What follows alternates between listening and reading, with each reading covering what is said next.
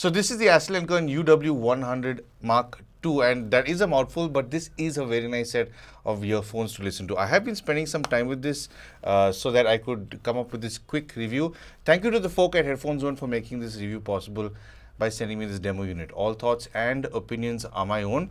Let's jump quickly into the build. I really do like the build quality. It's very nicely finished. It's a nice matte finish all around. It does look quite premium and with a different design, of course. Now, this does have USB Type-C charging at the back, and it does support wireless charging if you have a wireless charging mat or reverse charge from your phone, of course. It is very nicely finished. And what I really do like more than the case is the design of the earphones. It does have a very different sort of look and feel to it over here. Now, these are sort of touch controls over here. It is, pretty responsive to the touch. I've not had any touch issues with this set of earphones during my testing. But the one issue I have had, in fact, I'm having it right now, I find it very difficult to pluck these out of the case because the section that sticks out is very shallow. So when you try to grip it, it's not easy to really catch a hold of it. So taking this out does take a little bit of effort. I'm sure you can get used to it, of course. But when you do get it out, it does appear to be more or less a kind of a larger earphone to operate. In fact, when you wear this, in fact, let me just quickly show you. When I do wear this and I twist it into place, I like to twist these earphones in so they sort of hold tightly onto the inner part of the concha. So this part of my ear does get pushed out ever so slightly. My left ear, my left concha is smaller, so when I do wear it here, it does push out a little bit more, so it does tend to get uncomfortable. So if I want it to be a little more comfortable, I should have to avoid doing the twist.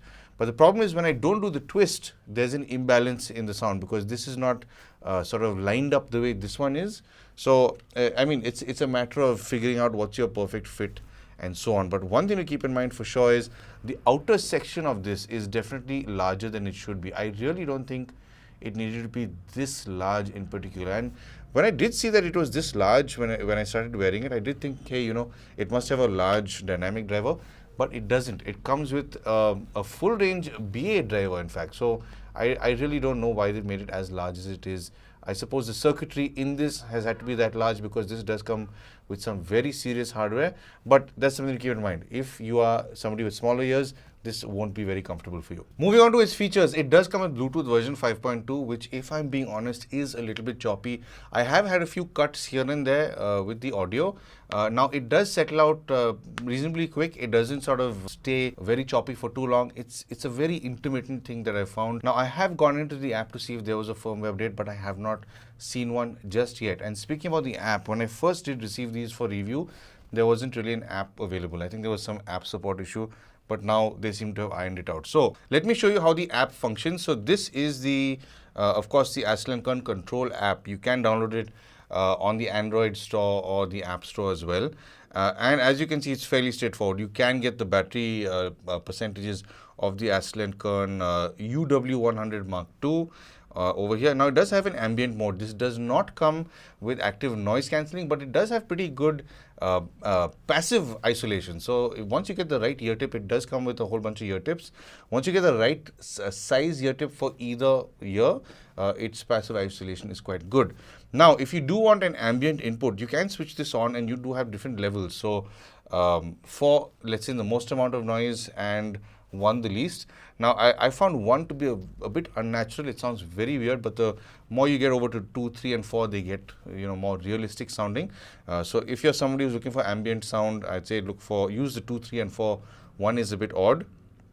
Then, of course, you do get your equalizer mode over here. Now, I have been enjoying this a lot on balance mode, more than natural, because it's a little more fun over there, of course.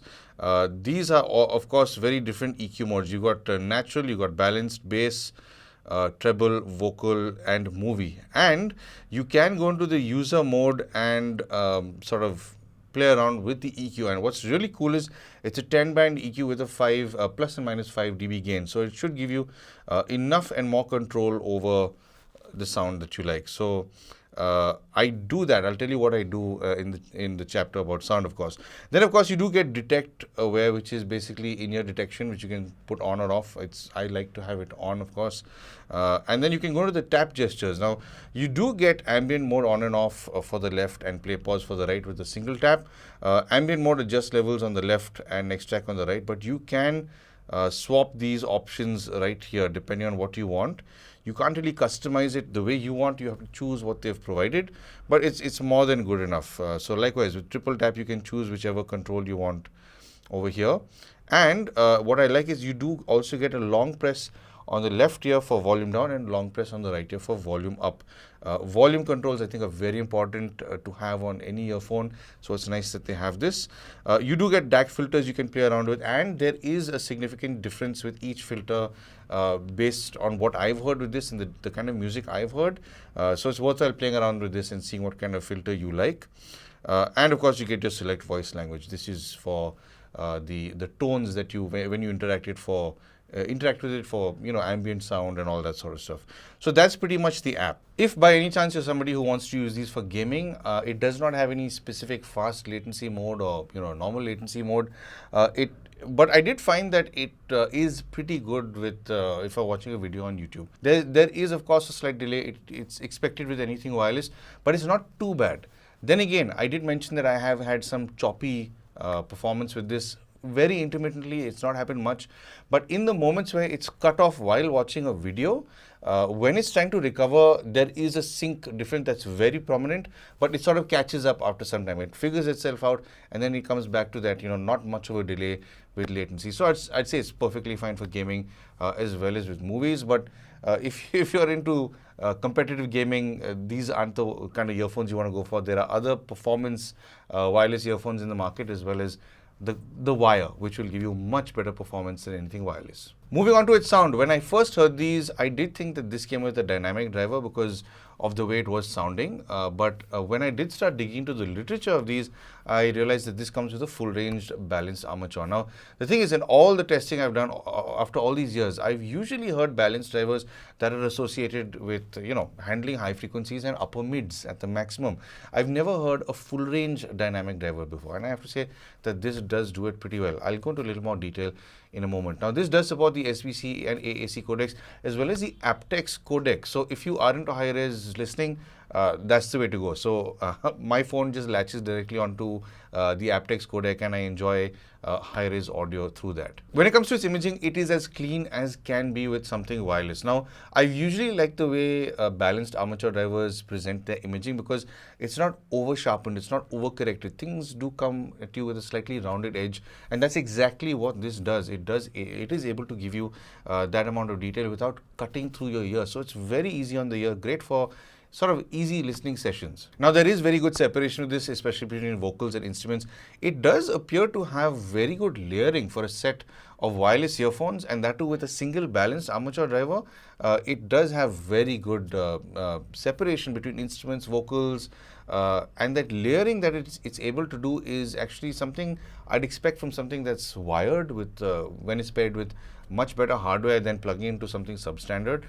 But for a set of wireless earphones to do something like this, I think is quite commendable. And of course, thanks to this characteristic, it is very easy to zone in onto various nuances. Whether you're listening to a 300 voice choir and you want to focus on some percussive stuff or certain elements within the choir, or just acoustic music, it's very easy to zone in onto all these nuances if you really want to enjoy them. Or if you're a musician and you want to hear that specific thing, it's very easy to just close your eyes, image it, and pick that out on whatever instrument it is you're playing. When it comes to staging, it does perform like a lot of wireless earphones do, but it does have slightly more expanse. It is slightly wider, it is slightly taller.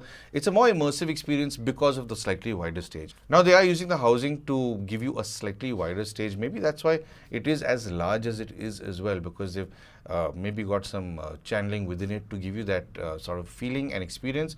But I have found myself really enjoying a lot of well-recorded tracks with this, because those are the ones that normally give you a wider expanse. Those are mixed much better than, let's say, a lot of pop songs. So I've been leaning more towards a lot of my blues, jazz, classical, choral, orchestral music, and this does handle all that data very well. The high frequencies on these remain soft and supple. They are not aggressive like some dynamic drivers can be. I've not heard any BA drivers yet that have hurt my ear. They're usually a bit softer with their overall presentation, and this does exactly that. So anything that exists in that range, be it shimmers, whatever percussive instruments that you are listening to, nothing really cuts through and hurts the ear. It's very easy on the ear, of course. So you can listen to this for hours on end with EDM music that has, shrill kind of tones coming at you.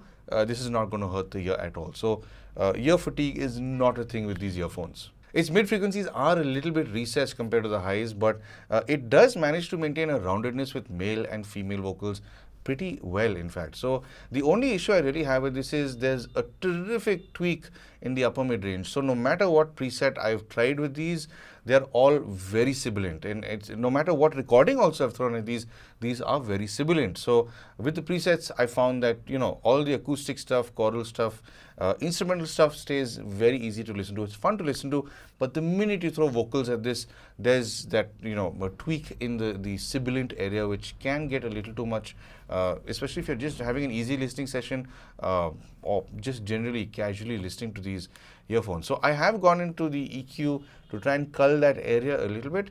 For that matter, even if it's just absolutely flat and there's no preset applied, it's much easier on the ear. So it's worthwhile definitely spending time with these earphones in the manual EQ to see what works for you. And remember, EQ settings are like braces. You wouldn't wear somebody else's, so it's always best to find your own specific tuning so that you have the best experience for yourself. Low frequencies from this BA driver is actually quite significant. I didn't think BA drivers could push out this much bass. In fact, when I first heard it, I was like, wow, this is a nice sounding set of earphones. But I did have my sort of niggles with the low frequency.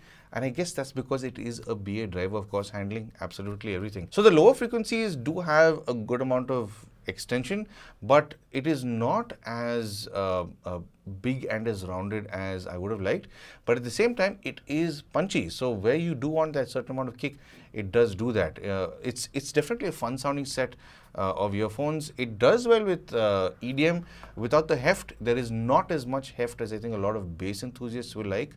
But at the same time, it does very well. Like, I myself am not a bass enthusiast, so I really like how this sounds, especially for a portable set of earphones. Despite being as enthusiastic as it is in the bass, despite being a BA driver, I was expecting it to eat into the mids and highs because of how full it sounds with heavier music, but it stays clear from really eating into that. I suppose that upper mid-range accentuation or the sibilance is what ensures there's a lot more detail that is maintained in that range. But at the same time, when you use the bass preset, that is when it starts interfering with those other frequencies. It's I guess too much for a BA driver to handle. But yeah, again, having said that, the lower frequencies are a fun listen. It is a little more punchy than it is, with the absolute lower rumbles. But those lower frequencies do exist. It's not that they don't exist. And it is a very fun sounding set of earphones, I'd say, on the balanced EQ. I have enjoyed it most on the balanced EQ, minus, of course, that tweak in the sibilant range. So again, I will recommend using this with the manual EQ. Take your time. Definitely spend a little time to figure out what kind of sound it is you like out of these, because they've got a great amount of imaging. The level of imaging on these, the layering, the staging is terrifically good, especially at the price that these are being sold at. All in all, I've really enjoyed spending time with these earphones. It's a fun listen. It is definitely very enjoyable with various genres of music, and it in fact reminded me of a set of earphones I really liked maybe 2 years ago. I reviewed a pair of Yamaha TWE7Bs. Now those are their premium lineup, and this sits against that price range in particular. So this does have that softer approach in its overall delivery. It's a little more mature in its presentation. It definitely wants to give you better detail without being in your face and obnoxious about it, which did remind me a lot about that. But something tells me that did have a slightly cleaner response. But then again, you could never get those earphones at this price. So this is, of course, a very good value for money set. So speaking about the price, if you do want to buy these do have a maximum retail price of about 24,999, but currently at the time of recording this video, it is being sold at about 4,999 rupees, which I think is an absolutely sensational deal, and you should definitely pick these up, especially if you want something portable and you like high-res audio. You're a bit tired of carrying a wire around. So this makes sense. It's a great substitute for that. Of course, if you're okay charging it up once in a while, it's great, because I do know a lot of people get fed up of, oh, why is it getting entangled, and all these sort of things happening. But usually when you buy something this price range, you have to compromise on quality audio wise. This is going to keep you, sorted. It is definitely a lovely sounding set of earphones. So there you have it. That's my review on the Astell Kern big name Mark II. And I hope that I've helped you understand these earphones a little bit better. And of course, if you would like to help support the channel, I'm sure you know exactly how to. But of course, thank you for tuning in for some sound advice.